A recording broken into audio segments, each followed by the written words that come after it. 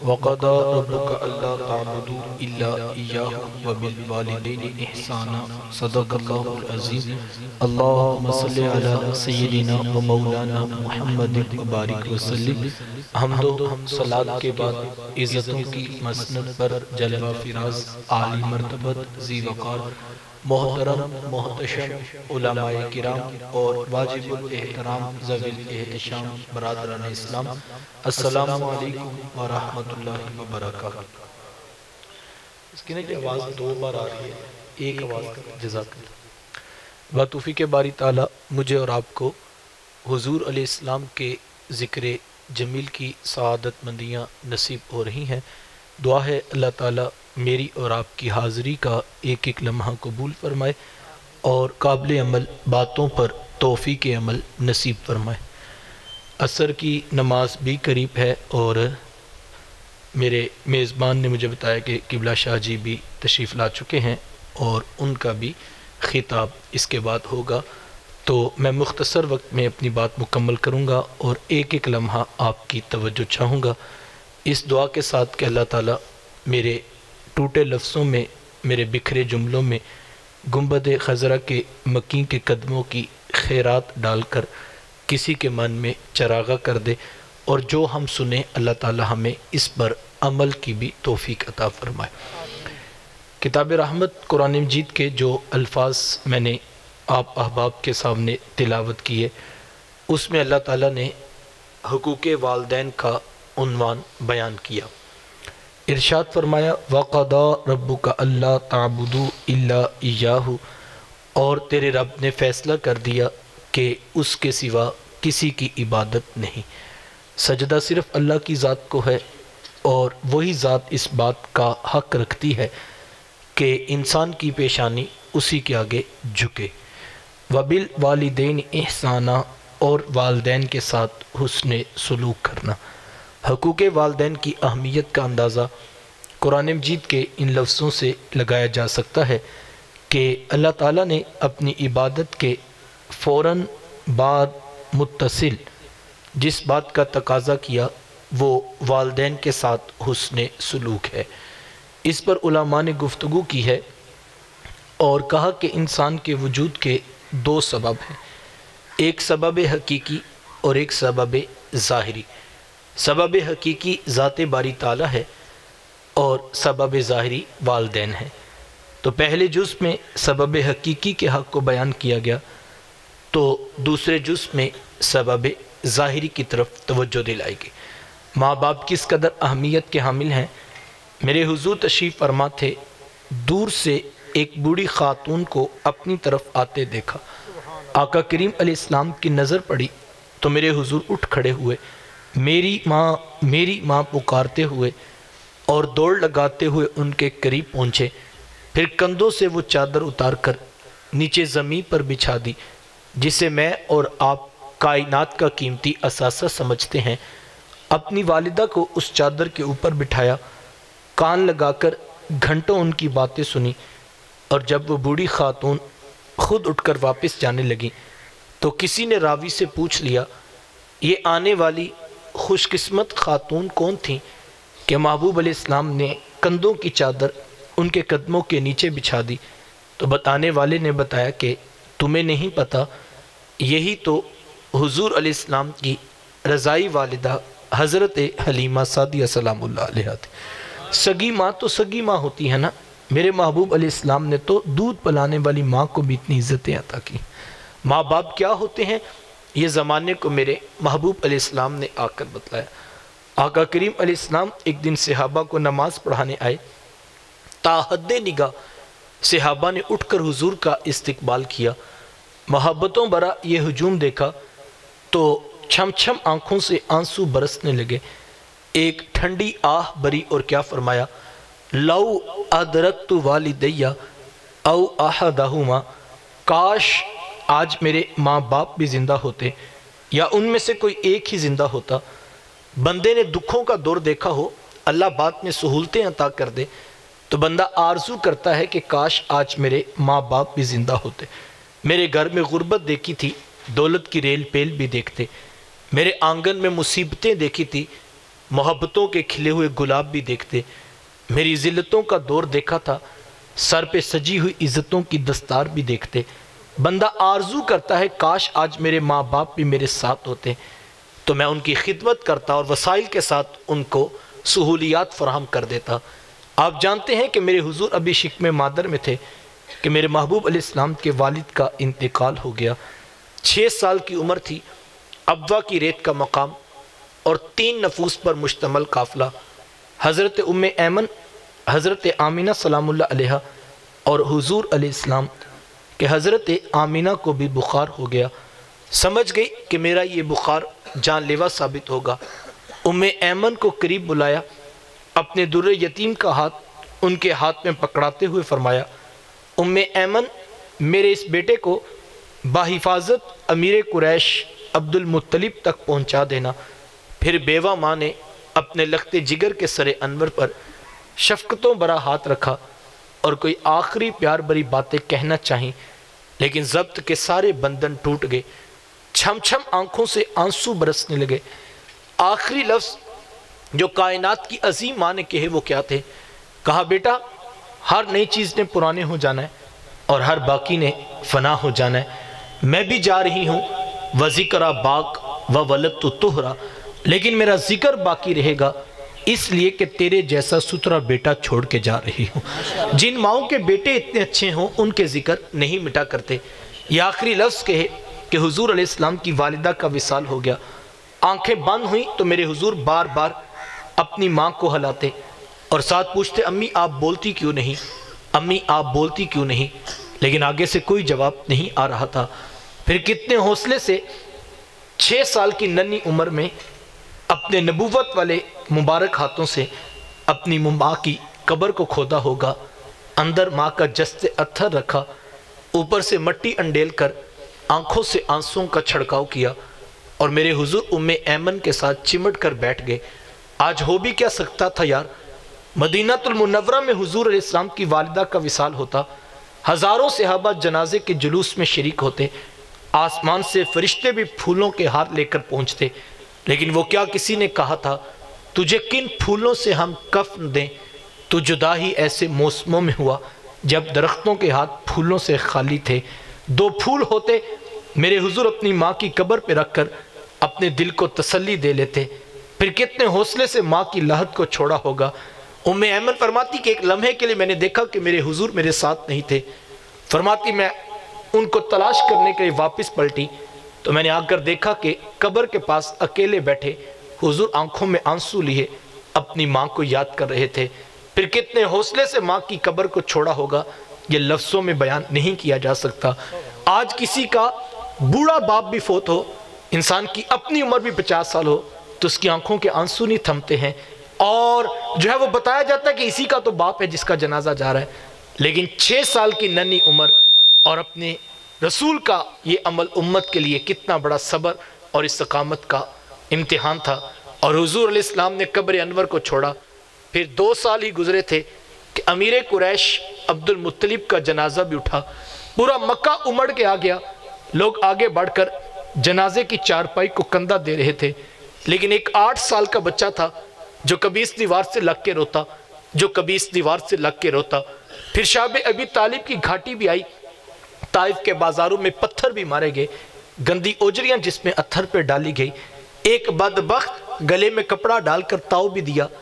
ایک طویل دکھوں کا سفر کاٹ لینے کے بعد آج جب مسجد نبوی کے ہجوم عاشقہ میں میرے حضور نماز پڑھانے کے لیے جلوہ فراز ہوئے، تا حد نگاہ صحابہ نے اٹھ کر محبوب کا استقبال کیا، محبتوں برا ہجوم دیکھا، آنکھوں میں آنسو آگے، ایک ٹھنڈی آہ بری اور کیا فرمایا، لو ادرکت والدیہ او احدہما، کاش آج میرے ماں باپ بھی زندہ ہوتے یا ان میں سے کوئی ایک ہی زندہ ہوتا، پھر میں لوگوں کو نماز عشاء پڑھا رہا ہوتا، اس میں سورہ فاتحہ کی تلاوت کر رہا ہوتا، پھر میری ماں کو میرے ساتھ کوئی کام یاد آ جاتا، وہ دروازے پہ آتی، چلمن سرکاتی، اپنے میٹھے اور پیار بھرے لہجے میں فرماتی، ابنی محمد، میرے بیٹے محمد میری بات تو سنو، کہا لوگوں میں نماز کا مصلی چھوڑ کر پہلے ماں کی بات کو سن لیتا. زمانے کو عملاً بتایا ماں کا وجود کتنا معتبر ہوتا ہے. میرے حضور تشریف فرماتے ایک نوجوان حاضر خدمت ہوا، آ کر عرض کرتا ہے حضور میں جہاد پہ جانا چاہتا ہوں. میرے آقا پوچھتے ہیں احیٌ والداک، کیا تیرے ماں باپ زندہ ہیں؟ قال نعم، جی حضور زندہ ہیں.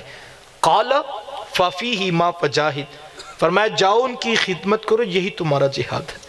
ماں تڑپ رہی ہو، بیٹا جہاد کرے یا تنظیم کا کام کرے، رب کا قرب نہیں ملے گا جب تک ساتھ میں ماں باپ راضی نہیں ہوں. یار یہ کیسا ستم ہے کہ 60 سال کا بوڑھا باپ صبح کے وقت اٹھ کر جوان بیٹے کی منت کرتا ہے اور کہتا ہے بیٹا آج دکان پہ رش زیادہ ہے، گاہکوں کی بھی بھیڑ ہے اور میری طبیعت کچھ ٹھیک نہیں، تو بیٹا تم ذرا دکان پر وقت زیادہ دینا. تو نوجوان آگے سے کیا کہتا ہے، کوئی جیتا ہے تو جیے، کوئی مرتا ہے تو مرے، میں نے جمعرات کو دربار پہ ضرور جانا ہے. یہ دین کس نے سکھایا بھئی؟ یہ اللہ کے رسول کی تعلیمات تو نہیں، اور نہ ہی یہ دربار والوں کی تعلیمات. یہ آج کے ان پڑھ جاہل پیروں کا مسئلہ ہے. اگر 50 لوگ ہر وقت اس کے ڈیرے پہ نہ بیٹھے تو جناب اس کا کاروبار نہیں چلتا. دین کا اتنا اہم مسئلہ نہیں جس کے لیے 50 لوگ ہر وقت جمعرات کو حاضری دیں. یہ کسی کے پیٹ کا دندہ ہے. اگر یہ والا دین نہ بیان کیا جائے تو اپنا پیٹ کا کاروبار نہیں چلتا ہے. یار اس سے بڑی اور کیا بات ہو سکتی ہے؟ آج کے 2 نمبر دھوکے باز پیر کی تو حیثیت کیا ہے؟ حضرت اویس کرنی رضی اللہ تعالیٰ عنہ کا عمل کون بھول سکتا ہے؟ ساری زندگی حضور علیہ السلام کی خدمت میں حاضر نہیں ہو سکے. ایک دن اپنی والدہ سے عرض کی کہ امی اگر آپ مجھے اجازت دیں تو میں بھی محبوب علیہ السلام سے ملاقات نہ کروں. تو ماں نے کہا بیٹا چلے جاؤ لیکن جلدی واپس بھی پلٹنا. ماں سے اجازت لی، شوق و ورفتگی میں تڑپتے ہوئے لمحات کاٹے، اور جب در حبیب پہ حاضر ہوئے تو بے ساختگی میں آ کے پوچھا میرے حضور کدھر ہیں؟ تو کسی نے کہا وہ تو سفر پہ تشریف لے گئے ہیں.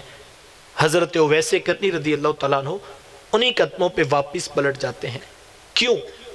اس لیے کہ وہ یہ جانتے تھے کہ جس رسول کی یاد میں تڑپ رہا ہوں انہی کے کہنے پر ماں کی خدمت کر رہا ہوں، اور یہ ہو نہیں سکتا کہ میرے حضور میرے حالات سے بے خبر ہوں. اور حقیقت بھی ایسے ہی تھی یار. اگر حضرت اویس کرنی رضی اللہ تعالیٰ عنہ یمن میں بیٹھ کے تڑپ رہے تھے تو مدینے کا حال بھی کچھ مختلف نہیں تھا. میرے آقا یمن کی طرف رخ نور کرتے ہیں، اپنی قبا کے بٹن کھولتے ہیں اور ٹھنڈی ٹھنڈی سانسیں بھرتے ہیں، اور حضور ماتے لوگوں مجھے یمن سے یار کی خوشبو آ رہی ہے. عرض کی حضور وہ اتنا پیار کرتے ہیں کہ بیٹھے یمن میں اور آپ کو یہاں خوشبو آ رہی؟ حضور میں وہ میرے سے بڑا پیار کرتے ہیں.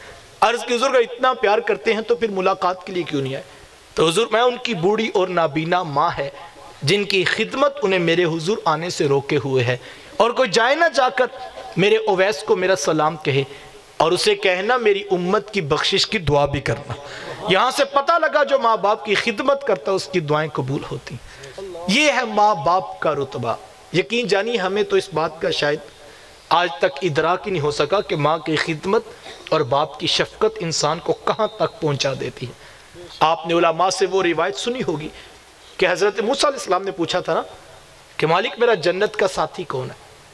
تو کہا موسیٰ فلاں بازار میں چلے جائیے، وہاں پر ایک قصاب ہے جو گوشت کاٹ کر لوگوں کو بیچ دیتا ہے، وہ آپ کا جنت کا ساتھی ہے. حضرت موسیٰ علیہ السلام چال پڑے کہ وہ جا کر دیکھوں تو صحیح کیا کرتا ہے. جا کر دیکھا تو عام سا قصاب تھا، گوشت کاٹتا اور لوگوں کو بیچ دیتا، جو ٹکڑا سے اچھا لگتا وہ الگ کر دیتا. شام کو جب گھر واپس پلٹنے لگا تو اس نے الگ کیا ہوا گوشت پیک کیا اور وہ گھر کی طرف چل دیا. حضرت موسیٰ علیہ السلام نے اس کے پیچھے ہو لیے. وہ گھر پہنچا تو اس نے جا کر شوربے میں کھانے کو تیار کیا، اور جب کھانا پک گیا روٹی کے ٹکڑے توڑ توڑ کر بگو بگو کر نرم کرتا اور پھر محبت سے لقمہ بنا کر اپنی بوڑھی ماں کے منہ میں رکھتا. حضرت موسیٰ علیہ السلام اس کا یہ عمل دیکھتے رہے. پھر اس نے ٹانگیں دبائی، خدمت کی. جب اٹھ کر جانے لگا تو اس کی بوڑھی ماں نے آسمان کی طرف دیکھا اور اس کے بوڑھے لب ہلے. بڑھاپے کی وجہ سے آواز زیادہ نہ پیدا ہو سکی. تو حضرت موسیٰ علیہ السلام نے پوچھ لیا کہ تیری ماں کیا کہہ رہی ہے؟ تو اس نے کہا حضرت میری ماں بڑی سادہ ہے. جب شام رات آ کر یوں اس کی خدمت کرتا ہوں تو یہ روزانہ آسمان کی طرف منہ کر کے کہتی ہے کہ اللہ تجھے جنت میں موسیٰ کا ساتھ عطا کرے. کہا حضرت میری ماں بڑی سادہ ہے، یہ روزانہ خوش ہو کے یہی مجھے دعا دیتی ہے اور میں بھی اس کا دل رکھنے کے لیے آمین کہہ دیتا ہوں. تو حضرت موسیٰ علیہ السلام مسکرا پڑے، کہا تجھے پھر مبارک ہو، عرش کے رحمان نے تیری بوڑھی ماں کے لب قبول کر لیے ہیں اور تو ہی جنتوں میں موسیٰ علیہ السلام کے ساتھ کھڑا کیا جائے گا۔ یار ماں راضی ہونا، رب جنتوں میں بھی نبیوں کا ساتھ عطا کرتا ہے۔ ماں باپ راضی ہیں تو عرش کا رحمان راضی ہے، ماں باپ ناراض ہیں تو عرش کا رحمان ناراض ہے۔ وقت سمٹ ہے، 3 باتیں علماء نے لکھی ہیں اور اس عنوان کو بیان کرنے کی مقصدیت یہ 3 باتیں تھی، جس کے لیے میں نے تمہید میں آپ کے سامنے یہ عنوان رکھا۔ آج کی اس نشست سے ہم یہ 3 باتیں ضرور لے کر اٹھیں، اور علماء نے لکھا جو شخص ان 3 باتوں پہ عمل کرے، ماں باپ کے حقوق تو کوئی بھی حق ادا نہیں کر سکتا، تو یہ 3 کام جو کرے گا، بڑی امید ہے کل قیامت کے دن ماں باپ بھی راضی ہوں گے اور عرش کا رحمان بھی راضی ہوگا۔ 3 کام کون سے ہیں؟ پہلا کام، کثرت کے ساتھ ماں باپ کے لیے بخشش و مغفرت کی دعا کیجئے۔ ماں باپ زندہ ہو جائے تب بھی، ماں باپ وفات پا جائے تب بھی۔ ایک روایت میں جو شخص روزانہ اپنے ماں باپ کی بخشش کی دعا کرتا ہے، میرے حضور فرماتے ہیں اس کے رزق میں کبھی بے برکتی نہیں آتی، اللہ اس کو رزق کی فراوانی عطا کرتا ہے۔ اب اس دعائے بخشش کا انداز کوئی بھی ہو سکتا ہے، آپ کل کا ختم دلوائیں، چہلم کی تقریب رکھیں، یا سالانہ برسی کے عنوان پر لوگوں کو جمع کر کے ماں باپ کی بخشش کی دعا کروائیں، تو یہ باعث برکت عمل ہے۔ لیکن میں کہتا ہوں اس مصروف ترین دور کے اندر کس کے پاس اتنا وقت ہوگا کہ وہ روزانہ سینکڑوں لوگوں کو جمع کرے اور پھر اپنے ماں باپ کی بخشش کی دعا کروائے؟ تو یقیناً یہ ایک مشکل کام ہے۔ لوگ کرتے ہیں، اللہ ان کو جزا دے، اچھا عمل ہے، لیکن میں یہ کہتا ہوں روزانہ تو پھر بھی نہیں ہو سکتا۔ تو اگر آپ کچھ کرنا چاہیں تو آپ ایک کام کیجئے، کوشش کر کے، محنت کر کے 5 وقت کے نمازی بن جائے۔ یہ اتنا خوبصورت عمل ہے، اتنا خوبصورت عمل ہے کہ بیٹے کی کوئی نماز پوری نہیں ہوگی جب تک دعا نہیں کر لے گا ربنا اغفر لی ولی والدیہ، کہ مالک مجھے بھی بخش دے، میرے ماں باپ کو بھی بخش دے۔ یہ بہترین وظیفہ، ایک تو رب کا حکم ہے، 700 سے زائد مرتبہ کی تاکید ہے، نہ پڑھنے پر سخت وعید ہے، اور دوسرا بیٹے کی کوئی نماز پوری نہیں ہوگی جب تک ماں باپ کی بخشش کی دعا نہیں ہو جائے۔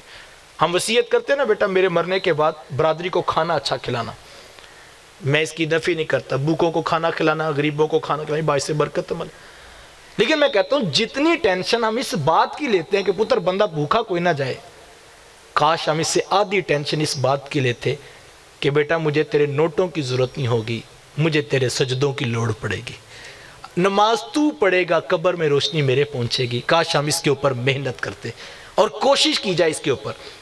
آج ماں باپ کبھی غصے میں آ کے کہتا ہمیں تو ان سے یہ بھی نہیں امید کہ ہمارے مرنے کے بعد آ کے قبر پر دیا بھی کوئی جلائے گا کہ نہیں جلائے گا۔ تو میں کہتا ہوں یہ بات وہ سوچے جس نے صرف دنیا کا مال بانٹا ہے، جس نے کاروبار بانٹے، وہ سوچے واقعی اس کی اولاد پیچھے سے کیا کرے گی۔ وہ بڑا کرے گی سنگ مرمر سے موٹی تختی لگا کے بڑے روپ میں نیچے تاریخ وفات لکھا دے۔ میں کہتا ہوں وہ روزانہ قبر کے اوپر دیا جلا بھی دے، تو صاحب جو قبر کے اوپر دیا جلتا ہے اس کی روشنی قبر کے نیچے نہیں پہنچتی۔ یہ وہ سوچے جس نے صرف دنیا کی حلال و حرام کی تمیز چھوڑ کر اپنی اولاد کو یہ کچھ دیا، لیکن وہ شخص جس نے 5 گانا نماز کو شعار زندگی بنایا اور اپنی اولاد کو 5 گانا نماز کی توفیق دی اور اس کو انگلی پکڑ کر نماز کا رستہ دیا، وہ اللہ کی رحمت سے امید رکھے قبر کے اوپر دیا جلے نہ جلے، جب بیٹے وضو کر کے مصلی بچھا کے مالک کے حضور جھک کر اس کی ثنا کریں گے، اللہ نے چاہا تو قبر میں روشنیوں کا جہاں آباد ہوگا۔ اور ہمیں اس کے اوپر محنت کرنی، ہمیں اس کے اوپر کوشش کرنی، اور یہ آج کی جا سکتی ہے۔ جہاں ہم پریشان ہیں بیٹے کا فیوچر کیا بنے گا، یہ بھی کورونا کے حالات آئے، آپ نے بھی دیکھا، ہر شخص پریشان ہو گیا، 3 ماہ سے دکان نہیں کھلی، آگے کیا بنے گا، 6 ماہ سے دکان نہیں کھلی، کاروبار نہیں چلا، اب کیا ہوگا، یہ دوبارہ لہر آ رہی ہے، تو لوگ پریشان ہیں۔ پریشان ہونا چاہیے، محنت کرنی چاہیے، کوشش کرنی چاہیے، منصوبہ بندی کرنی چاہیے، میں اس کی نفی نہیں کرتا، لیکن میں یہ کہتا ہوں یار یہ 3 مہینے کا جھٹکا لگا تو ہمیں ٹینشن لگی ہوئی ہے، جو قیامت کا جھٹکا ہوگا اس کو کوئی برداشت نہیں کر سکے گا، اور جو کل محشر کا میدان لگے گا اس کے اوپر ہمیں اپنے 3 مہینے کا صاحب زندگی کی ایک سانس کا حساب دینا پڑے گا، اور مجھے اور آپ کو آج اس کے اوپر محنت کرنی ہے، آج کوشش کرنی پڑے گی۔ اور اگر ہم کہیں یہ جہاں مٹھا اگلا کس نے ڈٹاؤ جی ویکھی جائے گی، اے مولوی دی گلاں نے، صحیح یہ تو پتہ لگے گا جب قبر میں اتریں گے کہ مولوی کی باتیں یا امام الانبیاء کی باتیں، یہ دین کی بنیاد ہے جس کا ہم مذاق اڑا دیں، ٹٹا اڑا دیتے ہیں۔ کوئی کہتا جی جدھر اتنے گئے ہیں ہم بھی چلے جائیں، کیا فرق پڑتا ہے؟ صاحب یہ قبر میں اتنا آسان ہے؟ اللہ قرآن میں اس کا خوف دلائے، اللہ قرآن کے اندر جو ہے وہ محشر کے عذاب کی داستان کو بیان کرے، اور ہم کہیں فرق ہی کوئی نہیں پڑتا، یہ جہاں مٹھا اگلا کس نے ڈٹھا دی، ادھر سے بھی اڑا لو ادھر سے بھی ہڑپ کر لو، فیوچر اچھا ہو جائے۔ اپنی قبر کو کالا نہ کرو، اگر اللہ رزق حلال دے یہ اس کی کرم نوازی ہیں، لیکن ہڑپ کر کے حرام کا اکٹھا کر کے تم اپنی اولاد کا فیوچر بنا کے چلے جاؤ، اور یہ خیال کرو کہ کل کو اولاد کام آئے گی۔ میں کسی محفل میں بیٹھا تھا، ایک صاحب کہنے لگے کوئی بات نہیں، جہاں اتنا قرضہ لیا ہوا ہے، اتنا کچھ اولاد کے لیے بنایا، تو پیچھے سے وہ اتار دے گی۔ تو میں نے کہا جناب آپ کا اپنی موجودگی میں اپنے پیسوں سے حوصلہ نہیں پڑتا کہ میں خود قرضہ اتار دوں، اولاد اتارے گی باپ کا قرضہ۔ یہ دھوکہ ہے، اس میں نہ آنا کہ میری اولاد اتار دے گی، کسی کا 1 روپیہ بھی دینا اس سے آج بات کرو، اس کا آج واپس کرو، ورنہ کل معاشر کے میدان میں حضور کی حدیث ہے، فرمایا جس نے ایک بالشت زمین کسی کی ظلمن ہتھیا لی، فرمایا کل قیامت کے دن 7 زمینوں کا توق اس کے گلے میں ڈالا جائے گا۔ اپنے قول، اپنے فعل، اپنے رویے، اپنے انداز کے اوپر مجھے اور آپ کو غور کرنا ہے آج۔ کس کے ساتھ چلنا ہے، کس کے ساتھ بیٹھنا ہے، کس کے ساتھ اٹھنا ہے، کس کے ساتھ دوستی لگانی ہے، یہ ہم نے آج محاسبہ کر کے چلنا ہے۔ یہ مومن یہ نہیں جدھر دل کیا مومن اٹھ کے چلا جاتا ہے، مومن کی زندگی کا ایک ایک لمحہ با مقصد، اسے پتہ مجھے موت کہیں پر بھی آ سکتی ہے، اور جہاں پر موت آئے گی وہیں پر مجھے حساب دینا پڑے گا۔ کاش اگر مجھے اور آپ کو اس وقت کا احساس ہو جائے کہ یہ زندگی یوں ہی بکھر کے ٹوٹ جائے گی اور ہر ایک سانس کا حساب دینا پڑے گا، پھر ہم کبھی بھی دھوکے کی زندگی کو قبول نہ کریں، ہم کبھی جھوٹ اور فراڈ کی طرف نہ آئیں، اپنی اولاد کو اپنے رب کے حضور جھکنا سکھاؤ، یہ سب سے پہلی بات ہے۔ اسکول ضرور بھیجو، کالج ضرور بھیجو، یونیورسٹی میں ضرور بھیجو، لیکن یہاں جاتے جاتے اگر ہم نے بیٹے کو رب کے حضور جھکنا نہیں سکھایا تو کچھ بھی نہیں سکھایا، پھر کل کو وہی بنے گا، نہ خدا ہی ملا نہ وصال صنم، نہ ادھر کے رہے نہ ادھر کے رہے۔ تو مجھے اور آپ کو آج غور کرنا ہے اس کے اوپر، 5 گانا نماز کی طرف اپنی اولاد کو لے کر آئیں۔ دوسری بات، ماں باپ فوت ہو جائیں تو ان کے رشتہ داروں سے اچھا سلوک کیا جائے۔ ماں فوت ہو گئی ہے، ماموں خالہ کے ساتھ، باپ فوت ہو گیا، چچا تایا پھپھو کے ساتھ اس نے سلوک کیا جائے، اس سے بھی ماں باپ روح خوش ہوتی ہے۔ اور تیسرا کام علماء نے لکھا ہے، ماں باپ فوت ہو جائیں تو جو نیکی کا کام دنیا پہ وہ کرتے تھے اس کا تسلسل نہیں ٹوٹنا چاہیے، نسل در نسل نیکی آگے بڑھتی رہنی چاہیے۔ صاحبو نیکی کی زندگی گزارو، یہ مختصر زندگی ہے۔ ابھی ہم بیٹھے 3:15 تھے، اب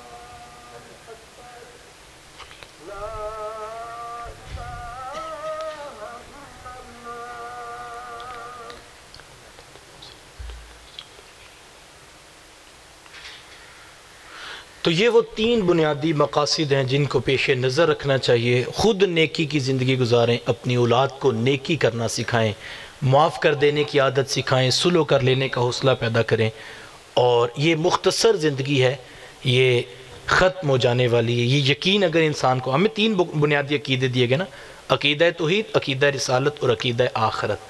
تیسرا عقیدہ یہ ہے کہ ہم نے مرنا ہے اور اس کے بعد پھر دوبارہ کھڑا کیا جائے گا، اور جس کا یہ یقین پختہ ہو جائے وہ کسی کے ساتھ ظلم زیادتی کے ساتھ کھڑا کبھی نہیں ہوگا. کیوں؟ اس کو پتہ ہے میں نے باہر کیف حساب دینا ہے، اور جس کو حساب دینے کا جو ہے وہ خوف لاحق ہو جائے اس کی زندگی نیکی والی بن جاتی ہے. آئیے، یہ مختصر وقت تھا میرا اور آپ کا بیت گیا. یہ پھیلتے ہوئے قبرستان میں بھی آ کے دیکھ رہا تھا، ہم چھوٹے ہوتے سے آتے اس قبرستان کو دیکھ رہے ہیں، اس کی تعداد میں اضافہ ہی ہو رہا ہے. اور یہ پھیلتا ہوا قبرستان مجھے اور آپ کو پیغام دے رہا ہے کہ صاحب باہر کیف. ہم کل ایک دوست ہیں ہمارے، اللہ ان کو برکت دے، تو ان کا بیٹا جو ہے وہ ساتھ تھا. وہ کہتے ہیں میں ڈیفینس سے گزر رہا تھا تو میرا بیٹا کہنے لگا کہ ایک پلاٹ ہمیں یہاں سے لینا چاہیے، یہ بڑا اچھا علاقہ ہے ڈیفینس کا. تو وہ کہنے لگے کہ میں نے اس کو ساری بات سمجھائی. تو اب دیکھنا میں اسے پوچھتا ہوں کہ ہماری زمین کتنی ہے تو یہ بتائے گا. تو کہتے کہ بتاؤ بھئی ہماری کتنی زمین ہے؟ وہ کہنے لگا صرف 2 گز. 2 گز زمین ہے اور وہی ہماری ہے. نہ ڈیفینس کا پلاٹ ہمارا ہے اور نہ دیگر چیزیں ہماری ہیں. وہ 8-9 سال کا بچہ تھا، کل کی بات ہے. وہ کہتے ہیں میں نے ادھر 10 منٹ لگائے اس کو پلاٹ کے سامنے کھڑا کر کے بتایا یہ بھی ہمارا ہے لیکن ہماری ہے 2 گز ہے، اور وہ بھی مقدر قسمت کے نصیب ہو یا کہ نہ ہو. اتنی زندگی اس کے ساتھ ایسی گزاریں جو ہم کل حساب دے سکیں. یہ نہ ہو کہ پیچھے ظلم ہو رہے ہوں اور ہماری زمین پر، ہمارے جو ہے وہ پیسوں پر کوئی اور قبضہ کرے. وہ کیا کہا بزرگوں نے، کمائے گا تو، کھائے گا کوئی اور، حساب پھر تجھے دینا پڑے گا. تو خوبصورت زندگی، ہاں اللہ حلال سے دے، بڑی کرم نوازی، اس کا رزق ہے، یہ بندوں کو عطا کرتے ہیں، اس کی نعمت ہے. لیکن اگر 2 رستے لینے پڑیں، ایک جائز کا ایک ناجائز کا، ناجائز والا زیادہ بھی ہو تو تھوڑا ہے، جائز والا تھوڑا بھی ہو تو بہت زیادہ ہے.